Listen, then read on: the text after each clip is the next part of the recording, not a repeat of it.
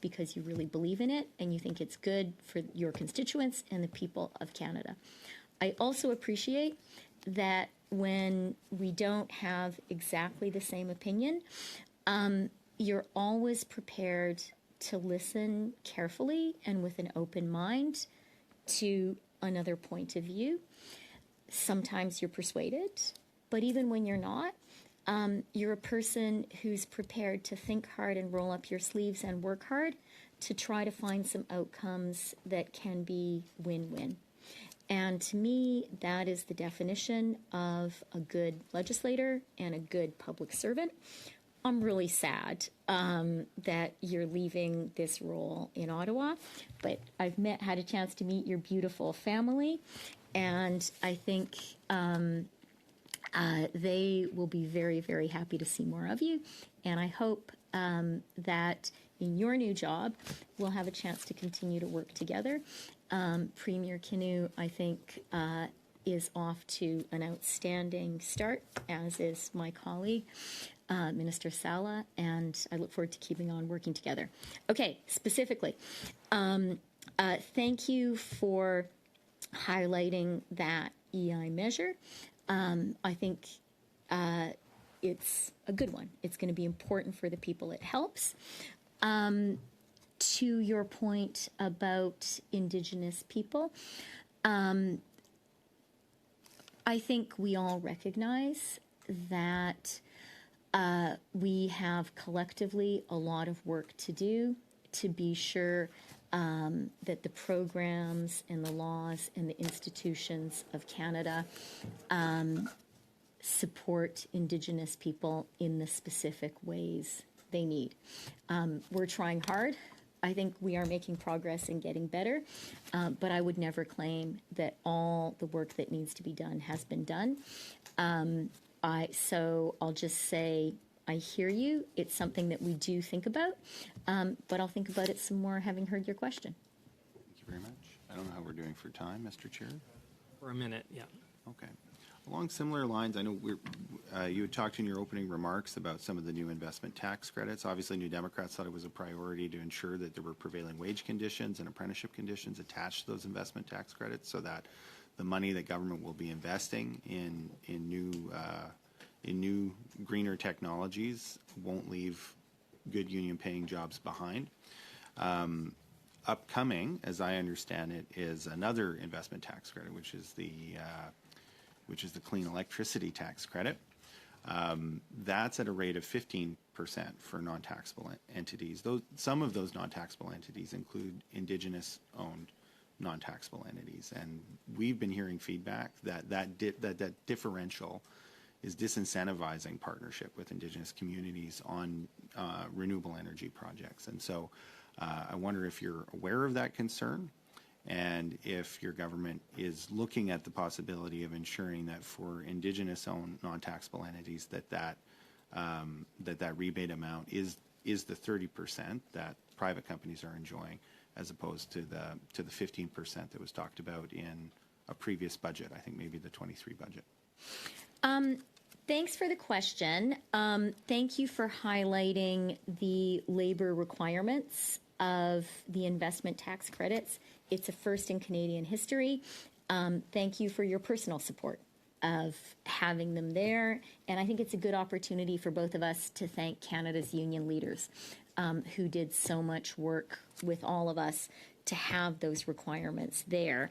When you started talking about the clean electricity tax credit, I thought you were already maybe wearing your new hat of the province of Manitoba, and you were going to talk about Manitoba Hydro, because there are some good conversations that we can have there.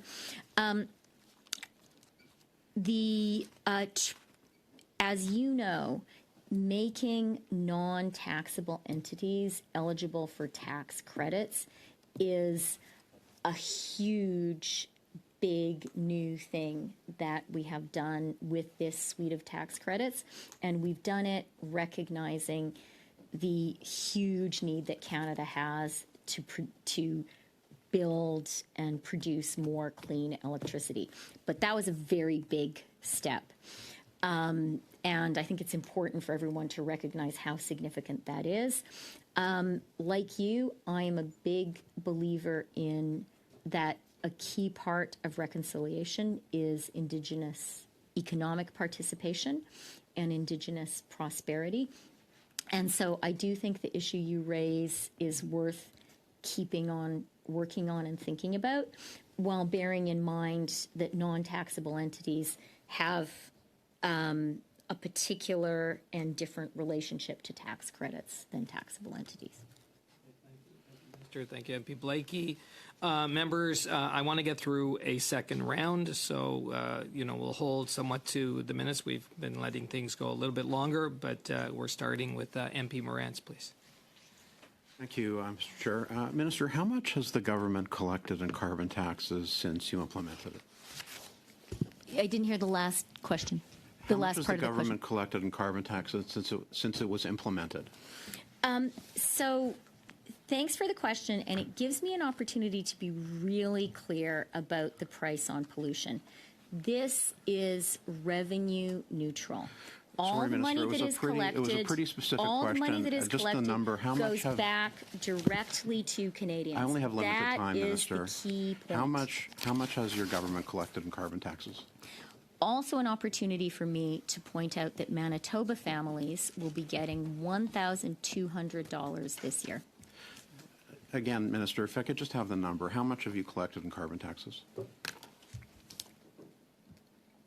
The key point, which Conservatives consistently are trying to keep from Canadians, is that the price on pollution is completely Again, revenue neutral. Minister, it's a the very money straightforward does question. not go Canadians in. want the answer The to. money What is- does not go into general I just have revenues. limited It is time. I'm sorry, returned Minister. to Canadians. What is the dollar value of all carbon taxes collected since the tax was implemented? The key point is that is money in the pockets of Canadians. For Manitoba families this year, it's going to be $1,200. That is making a real difference. Just the number, Minister. How much has the government actually collected in carbon taxes? As I said, the key point is it's all money that goes back to Canadians. It goes back to your constituents, Okay. my constituents, Daniel's constituents. With the greatest of respect, it's not Mr. revenue Halland's neutral. In constituents. fact, the It is estimates, revenue neutral. no, the Minister, the estimates say that you refuse to answer with giving accurate information, Minister. The government's own financial documents, your main estimates show that you've collected $20.7 billion in carbon taxes and has only paid out $18.6 billion since the carbon tax took effect. Oh, your government has collected over $2 billion out of the pockets of Canadians since the tax was implemented that you have not paid back. That's from your own main estimate. So will you correct the record and Mr. admit Morantz, the truth? no, it is 100% revenue neutral, and I'm Are you glad. saying the main estimates are wrong? I am saying that that is money that is being held for small businesses, and small businesses will have good news soon because that money is going to be returned to them, as we have committed to from day one. Okay. You know, you mentioned that Premier... That's just how true. much- And I do want to thank Winnipeg's Sorry, own it's- Dan Kelly for the work that he's been doing with well, us Dan, on that. Dan Kelly completely disagrees with you. But aside from that, you mentioned what a great job Premier Canoe is doing. You know, Premier Canoe, when he got elected, and he's an NDP premier, we disagree on many, many things, but he recognized that Manitobans are suffering with the high cost of living. You know the very first thing that he did when he got into office? He cut the provincial gas tax by 14 cents. And he said it's because Manitobans are having trouble affording just to live. Why are you increasing the carbon tax at the very time Canadians are experiencing an affordability crisis, unlike what Premier Canoe has done?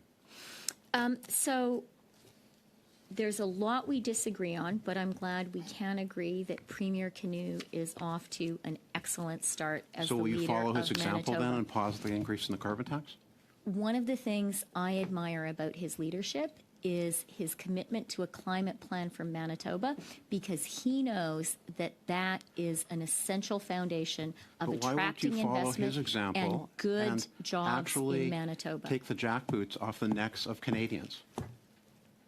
I must say that that language is entirely inappropriate when we're talking about a democracy. Well- I began by talking about Prime Minister Mulroney and the exceptional courage he showed in recognizing Ukrainian independence. There are people in the world right now who do have real dictatorships oppressing them, like the people of Ukraine, and to use that language talking about a government policy you disagree with is entirely inappropriate and cheapens our discourse and our democracy.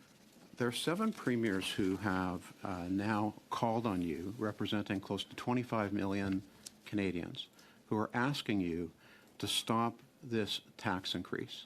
Premier Ford has also reduced the gas tax in Ontario. Why are you increasing taxes on Canadians at the very time they need a break? Let's be very clear.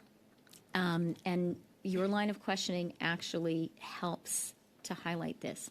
The price on pollution is revenue neutral. Every single penny. Yes, According it to is. your main estimates, it is Every not. single penny goes back to Canadians, and the $2 billion that you have highlighted, that is money for Canada's small businesses, and Canada's they've been small waiting businesses 6 years for it, Minister. will be getting Small businesses. that money back, and I look forward When? to announcement What in date? due course. Thank you. Morantz, and now we're going to MP Thompson, please. Thank you, and welcome to Committee Minister. Mr. Forbes, good to see you back here. I'd like to begin by asking you what my constituents in St. John's East can expect from Bill C-59, and specifically around supports, and in particular supports for families and for parents. Well, thank you very much for that question. Daniel, I hope you don't mind if I call you Daniel, especially since it's your last day. Daniel highlighted one of the measures that I am especially pleased that we together are able to support, and that is for adoptive parents, a 15-week shareable employment insurance adoption benefit. I know, like me, you're a mom, and I'm really glad that we're going to be able to support more families once we get this legislation passed. So let's do it. Something else that meant a lot to me, and I was glad that we were able to include, was a new paid leave for federally regulated workers to support women who have miscarried. I think for a long time, we didn't talk about miscarriage. We didn't recognize the pain that it causes women who miscarry. I know you're a nurse as well as a mother, and I think that it is high time for us as a society to recognize how physically hard a miscarriage is, as well as emotionally traumatic.